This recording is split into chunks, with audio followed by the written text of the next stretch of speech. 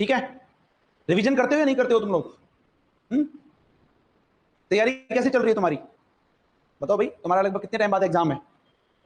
हाँ, 1 महीने बाद? 1 महीने ज्यादा है थोड़ा सा, 10 दिन ज्यादा है ना? लगभग 6, 7, 8 जून को एग्जाम है। अब तुम अपने आप को एनालिसिस करना कि तुम पढ़ते हो या नहीं पढ़ते हो, क्या तुम वास्तव में एग्जाम क्वालिफाई करने के लिए सीरियस हो या नहीं हो। ठीक है, मेरा ये मानना है, अभी तुम्हारा मेरे हिसाब से 3 सवा 3 घंटे क्लास चलता होगा, 3 घंटे, कभी 2 घंटे 45 मिनट, कभी 2 घंटे 50 मिनट, ऐसे चलता है। बाकी कितने घंटे बचे तुम्हारे पास? 21 आवर्स। 24 में से अगर मैं माइनस कर दूं, 21 आवर्स बचे। 21 आवर्स में से तुम्हारा 7 आवर्स में सोने का मान लेता हूं, है ना, वो भी जरूरी है, तो कितने बचे? 14 आवर्स, है ना।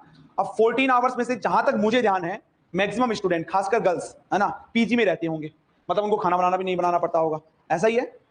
और बाकी तो ऑनलाइन स्टूडेंट्स हैं, ठीक है, वो क्या करते हैं, घर पे रहते हैं, तो सीधी सी बात है, उनको भी खाना नहीं बनाना पड़ता, तो घर पे आराम से टाइम फ्री है। तो जो स्टूडेंट अभी 11 से 12 घंटे पढ़ रहा है ना, 11 से 12 घंटे, तो उसका पढ़ाई में मान लेता हूं ठीक चल रहा है, वो एग्जाम क्वालिफाई करने को लेकर सीरियस है। और जो 10 से कम घंटे हैं जिसके, वो ये मान के चलो, मेरे हिसाब से तो ये होना चाहिए कि अगर 10 से कम घंटे तुम पढ़ रहे हो ना, तो आज ही जाके बैग पैक करो और पैक करके घर चले जाओ। ठीक है, बाकी तुम सोचना, क्योंकि यहाँ पे रह रहे हो तो सीधी सी बात है, पर मंथ आप रेंट भी दे रहे होंगे, पीजी में खाने वाने का भी दे रहे होंगे, ठीक है, तो 10-12 हजार रुपए खर्चा आ रहा होगा घर वालों का, आ रहा है नहीं आ रहा? अब तुम चेक करो अपने आप को कि तुम वास्तव में एग्जाम को लेकर सीरियस हो या नहीं हो। ठीक है, अगर तुम्हें रात को लेट तक जग के नहीं पढ़ा जाता तो सुबह जल्दी उठिए। सुबह अगर तुम 4 बजे उठ जाते हो, 4 बजे का मतलब रात को 10 बजे सो जाओ, सुबह अगर तुम 4 बजे उठ जाते हो तो अपनी क्लास 8 बजे स्टार्ट होती है, ठीक, 8 बजे तुम्हें यहाँ पे आना होता है, चलो 1 घंटा मैं हटा देता हूँ, 7 बजे मान लो, तो 3 घंटे तुम बहुत अच्छे से पढ़ाई कर सकते हो, बहुत अच्छे से तुम रिवाइज कर सकते हो पूरी क्वांटम का अभी तक जो आपने पढ़ा हुआ है। ठीक है, जो सब्जेक्ट्स पीछे पढ़े हुए हैं तुम उसका तुम बार बार रिवाइज कर सकते हो। ठीक है, तो अपने आप को चेक करो कि तुम कहां पे हो कहां पे नहीं हो, है ना। ये नेट का एग्जाम है और ना ऑल ओवर इंडिया एग्जाम होता है। आजकल तो जो स्टेट लेवल पे भी जो एग्जाम होता है ना, उसमें बहुत ज्यादा कंपटीशन होता है। जिन्होंने फर्स्ट ग्रेड वगैरह का एग्जाम दिया होगा या सेट का एग्जाम दिया होगा, उनको पता है, उनको उनसे पूछो, ठीक है ना। तो तुम तो नेट का एग्जाम दे रहे हो, आजकल हर जगह स्टूडेंट्स कोचिंग ही ज्वाइन करता है, तो इसका मतलब कंपटीशन तुम्हें पता है कहां पे है। अगर हमें उनसे आगे निकलना है तो कुछ अलग करना होगा ना, सीधी सी बात है, कुछ अलग तरह से पढ़ाई करनी पड़ेगी, कुछ अलग तरह से स्ट्रेटेजी रखनी पड़ेगी, ठीक है, तब जाके आप एग्जाम क्वालिफाई कर सकते हो। तो आप देखो अपने आप को कहां पे हो कहां पे नहीं हो, है ना। कोई किसी को लगता है कि हाँ सर मुझे तो मेरी बहुत शानदार पढ़ाई चल रही है, तो मेरे पास आओ ना, ठीक है, कौन मना कर रहा है, एक बार मेरे पास आओ, मैं बताऊंगा कि शानदार चल रही है नहीं चल रही है। तुम्हारे हिसाब से तो बहुत शानदार चल रही है, समझ रहे हो। टेस्ट में नंबर आ जाते हैं, इसका मतलब ये भी नहीं है कि तुम्हारी बहुत अच्छी पढ़ाई चल रही है। अच्छा, आज तुम्हारा टेस्ट है, अब क्या टेस्ट को लेकर तुम वास्तव में सीरियस हो? क्या तुमने वास्तव में एक बार, आज जैसे मैंने बताया कि कम्युनिकेशन रिलेशन तक आपका टेस्ट होगा, तो वहां तक रिपीट करके, रिवीजन करके, याद करके फॉर्मूलाज को आए हो या नहीं आए हो? और वैसे ही अगर टेस्ट देना है तो कुछ फायदा ही नहीं है ना उसका, ठीक है ना। तो अगर टेस्ट वगैरह तुम्हारे हो रहे हैं तो उसका कुछ फायदा लो और प्रॉपर वे में रिवाइज करके ही आओ। उसका मेन उद्देश्य यही होता है ना कि कम से कम आप पिछली जो चीजें आपने पढ़ ली है उसको रिवाइज करके आप आओ, समझ रहे हो। तो देखो अपने आप को एनालिसिस करो कि आप कहां पे हो कहां पे नहीं हो, क्या वास्तव में आप एग्जाम क्वालिफाई कर सकते हो या नहीं कर सकते हो। और वो तभी कर सकते हो, सीधी सी बात, एक ही है तुम्हारे पास में। मतलब ऐसा कुछ नहीं है कि भाई उसने एग्जाम क्वालिफाई कर लिया, अच्छा रैंक आ गया, तो उसने क्या किया होगा, अलग से क्या किया होगा, या मैंने उसके लिए क्या किया, ऐसा नहीं है, मेरे लिए सब बराबर है। लेकिन मुझे किसी के लिए एक्स्ट्रा एफर्ट्स दिखेंगे तो सीधी सी बात है, मैं डाइवर्ट होऊंगा नहीं होऊंगा उसकी तरफ, बताओ, होऊंगा डाइवर्ट।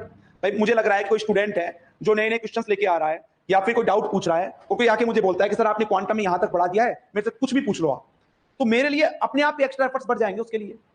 ठीक है, तो अपने आप को कुछ मेरे लिए, मेरे सामने ऐसा कुछ करो कि हाँ वास्तव में कि तुम्हारी बहुत अच्छी पढ़ाई चल रही है, और वो फिर मैं ट्राई चेक करूंगा कि वास्तव में तुम्हारी पढ़ाई अच्छी चल रही है, तो कुछ एक्स्ट्रा तुम्हें प्रोवाइड करवाएंगे, समझ रहे हो ना।